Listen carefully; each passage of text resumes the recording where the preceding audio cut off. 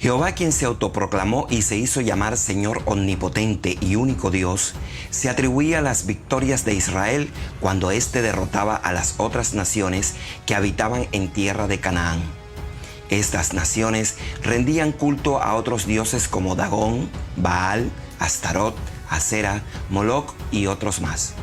Mas cuando Israel fue vencido por los ejércitos enemigos y sus dioses, Jehová culpaba a los jueces o reyes de Israel, acusándolos de desobediencia a él. Estas guerras de Israel en su conquista de la tierra de Canaán no eran el tipo de guerras que se libraban para saquear las naciones, aumentar riquezas, dominarlas bajo un tributo o por un interés personal de sus reyes. Eran más bien guerras entre los llamados dioses, entre Jehová, el Dios de los hebreos, y los dioses del cananeo. En el libro de Jueces capítulo 1 encontramos un resumen de las guerras libradas por las 12 tribus de Israel. En ellas encontramos que Israel no pudo desalojar a los habitantes del cananeo y tuvieron que habitar entre ellos, y solo pudieron hacer que les pagaran tributos. En estas guerras no hay pretexto para culpar a estas tribus de desobediencia. Sin embargo, perdieron batallas porque Jehová es un Dios como los demás dioses de la antigüedad, un poco más fuerte que algunos y con menos poderío que otros. Aunque fueron muchas las derrotas sufridas por Jehová a manos de los dioses menores del cananeo, en este video te presentamos la más humillante y aplastante de todas. Una acción contundente que no solo acabó con Israel como nación, sino que desmontó el sistema y la estructura religiosa de Jehová.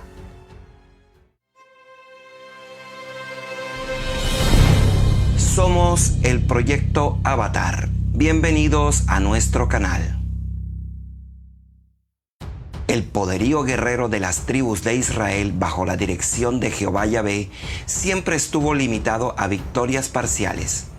Y es que desde que les prometió entregar la tierra de Canaán, la cual no fue gratuita, pues costó millones de vidas israelíes y de las naciones vecinas, al final siempre tuvo que compartir esa porción de tierra con otras naciones, sin ser una nación que viviría en paz.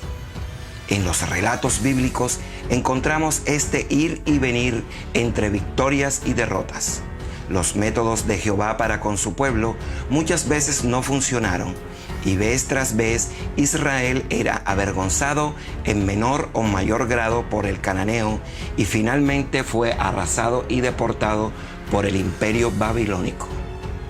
Según los teólogos, Israel no podía ser derrotado por los cananeos y siempre el culpable de estas derrotas es Israel por desobediente.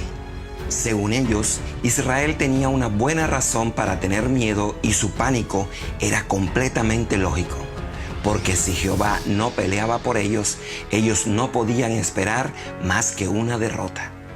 Sin embargo, siempre que eran derrotados, la pregunta de Josué, los jueces o los reyes era: ¿qué harás tú a tu grande nombre? ¿Cuál era en realidad la principal preocupación de ellos? Solamente el oprobio al gran nombre de su Dios, más que una seguridad nacional. Es evidente en los relatos bíblicos que ni el mismo Josué, el lugarteniente de Moisés y general del ejército de Israel, quien complació a Jehová en cada una de sus instrucciones, pudo desalojar a las naciones paganas de la famosa tierra prometida. Más adelante encontramos en el segundo libro de Samuel, en el capítulo 18, versículo 1, la más grande derrota de David, rey de Israel. En ella muere su hijo Absalón y el pueblo es derrotado delante de sus siervos en una batalla que se extendió en toda la región con una gran matanza donde murieron 20,000 hombres del ejército de David. Sin embargo, Jehová sufrió 2 derrotas de gran magnitud. La primera de ellas a manos de Asiria en cabeza de su dios Asur, quien llevó cautivas las 10 tribus del reino del norte de Israel, deportándolos hasta Nínive en el año 722 a.C. Israel fue tan dispersado que el rastro de estas 10 tribus norteñas se perdió hasta nuestros días. Y la segunda, en nuestra opinión, la mayor derrota de Jehová, la cual sufrió a manos de Marduk, el dios Anunnaki de Babilonia, después de haber vencido al rey de Asiria y su dios Asur. Los babilonios conquistaron Israel no en el nombre de Nabucodonosor su rey, sino en el nombre de Marduk su dios. Ellos creían que Marduk peleaba por ellos en el campo de batalla según la alianza que Marduk había suscrito con Nabucodonosor. Por su parte, los israelitas tenían a Jehová con un pacto semejante y por lo tanto le correspondía a él defenderlos. Ahora bien, en el año 587 a.C., Marduk decide que Nabucodonosor II destruya el templo de Jerusalén, poniendo así fin a la independencia de los hebreos, cambiando las estructuras religiosas de Israel que se mezclan con la cultura judía y la babilónica a través de los registros sumerios acadios. Se pierde también la tierra prometida y casi se extingue la raza judía. El rey de Babilonia y representante en la tierra del dios Marduk derribó las murallas de Jerusalén, saqueó la ciudad y redujo a cenizas el templo de los judíos. Miles de sus habitantes fueron muertos a cuchillo y los pocos sobrevivientes de la élite, los sacerdotes, los militares y la realeza fueron enviados al exilio caminando desde Jerusalén hasta Babilonia más de 1000 kilómetros. Esta fue una clara acción para intentar acabar del todo con Israel como nación y con la existencia de su Dios Jehová. Pues según la plena identificación que estas naciones tenían con sus respectivos dioses, así era también las profundas implicaciones teológicas para medir las fuerzas entre dioses. De tal manera que cuando Jehová guió a los israelitas para vencer a los filisteos, demostró que él era más poderoso que Dagón, el dios de los filisteos. Pero cuando los babilonios destruyeron a los israelitas, la conclusión teológica fue que Marduk, el dios de Babilonia, era más poderoso que Jehová. Para los israelitas, la destrucción de su templo, la habitación de su Dios, era algo más grave que sus ambiciones como nación. Era el fin de su religión, de todos los ritos y todas las ceremonias que constituían la base de su devoción religiosa y por lo tanto de su propia identidad como pueblo. Ahora tenían que rendirse a una nueva realidad. Sus reyes y profetas adoptaron nombres babilónicos, estudiaron las escrituras babilónicas y comenzaron a adorar a los dioses babilónicos. Luego surgió entre los exiliados un pequeño grupo de reformadores religiosos que, no queriendo reconocer la derrota de Jehová a manos de Marduk, hallaron una explicación alternativa: que la destrucción y el exilio de Israel era parte del plan divino de Jehová. Como siempre, vemos aquí el marcado fanatismo para exaltar de alguna manera a su Dios y negar una aplastante derrota, haciendo responsables a los reyes de Israel y Judá por los respectivos exilios. La historia nos muestra que en Israel se creía también en otros dioses, pero según ellos, Jehová era el de mayor jerarquía y el principal entre los dioses inferiores de los cananeos.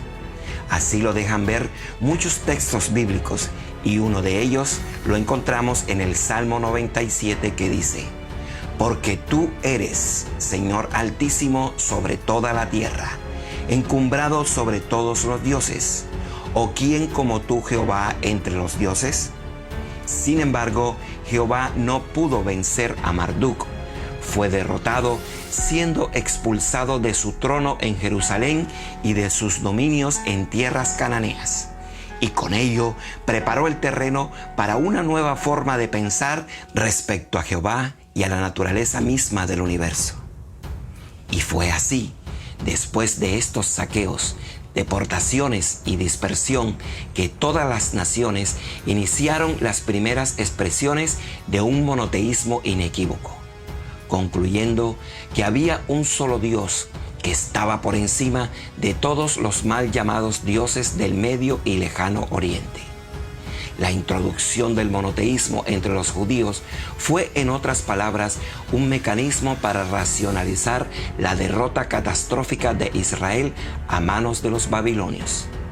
La crisis de identidad planteada por el cautiverio de Babilonia obligó a los israelitas a reexaminar su historia sagrada y reinterpretar su ideología religiosa.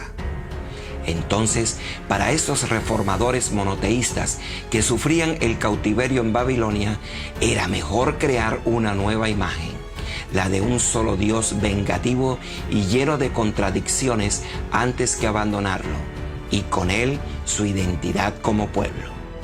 Así es como nace el judaísmo que conocemos hoy en día, no en la alianza con Abraham ni en el éxodo de Egipto, sino entre las cenizas humeantes de un templo arrasado y la negativa de un pueblo derrotado para aceptar que su Dios hubiera sido también derrotado.